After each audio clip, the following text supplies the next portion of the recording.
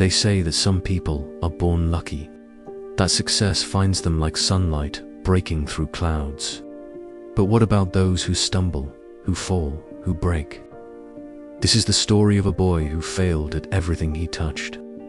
A boy whose mistakes became so legendary, they whispered his name as a warning. But somewhere between the wreckage and the shame, he discovered something the world had forgotten. That miracles don't happen to the perfect. They happen to those brave enough to keep moving through the ruins.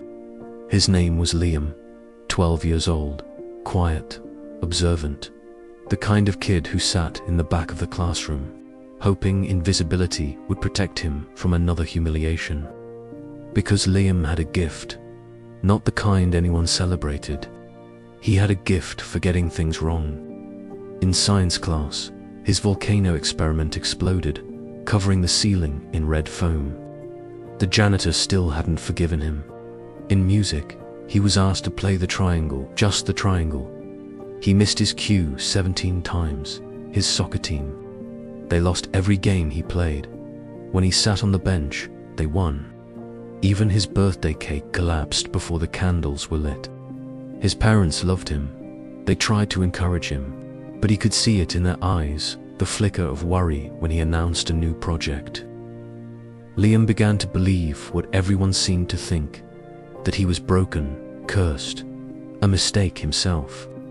The breaking point came on a Tuesday. The school announced a regional invention fair. Students would design something innovative, something that solved a problem. Liam's teacher, Mrs. Chen, smiled at the class. "This is your chance to shine," she said. But when her eyes met Liam's, the smile flickered, just for a second. He saw it. Everyone saw it. That night, Liam sat alone in his garage, staring at scattered tools and broken dreams. He wanted to quit, to hide, to accept that some people just weren't meant to create. But something stubborn lived in him, something that refused to die quietly. "One more time," he whispered. "I'll try one more time." He decided to build an automatic plant watering system. Simple, practical. For 3 weeks, he worked, alone, in secret. The first version leaked and flooded the garage. The second version's timer broke, drowning his mother's roses. The third caught fire. Just a small one, but still, each failure carved deeper into his confidence. Kids at school heard about his project. They laughed. They made bets on what would go wrong at the fair. Liam's disaster, they called it. The night before the presentation, he sat in the garage, holding his 4th attempt. It looked fragile, uncertain, like him. "Maybe they're right," he said to the empty air. "Maybe I should just stop." His father found him there, shoulders slumped, tears he wouldn't let fall. "What if it fails again, Dad? What if I'm just not good at anything?" His father sat beside him on the cold concrete floor. He didn't offer empty reassurances. He didn't say everything would be fine. Instead, he told Liam a story. "When I was your age, I wanted to be an architect. I drew buildings constantly, beautiful, impossible structures, but every single one was unbuildable. The physics were wrong. The materials wouldn't work. My teachers said I was creative, but impractical." Liam looked at his father, who worked as an accountant now, and felt a deep sadness. "So you gave up?" His father smiled. "No, I failed forward. Each impossible building taught me something.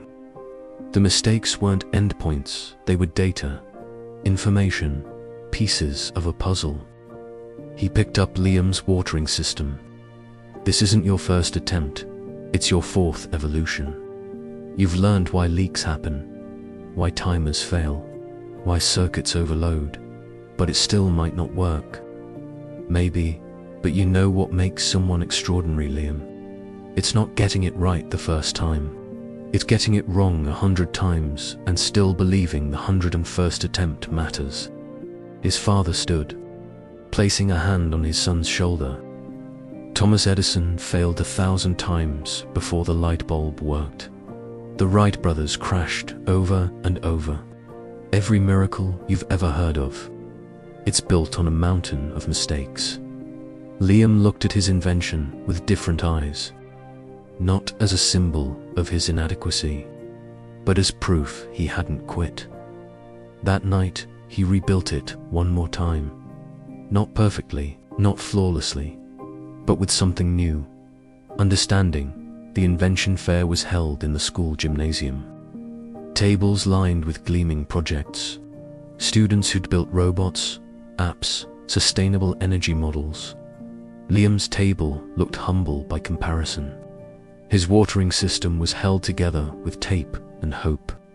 When the judges approached, his hands trembled. He explained his design: the moisture sensors, the adjustable timers, the safety shutoffs he'd added after the fire. "How many prototypes did you build?" one judge asked. 5, Liam admitted quietly. "And how did you improve between versions?" For the first time, Liam didn't see his failures as shame. He saw them as a story, his story.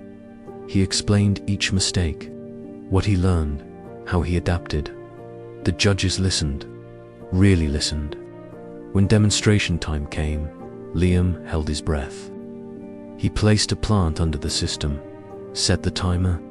Water flowed smoothly, perfectly measured, then stopped exactly when it should. It worked. It actually worked. The gymnasium erupted in applause. Liam didn't win first place. He took third. But when he held that bronze medal, it felt heavier than gold, because it represented something no trophy ever could. The courage to fail, and fail, and fail, and try anyway. Here's what they don't tell you about miracles. They're not divine interventions that happen to the chosen few.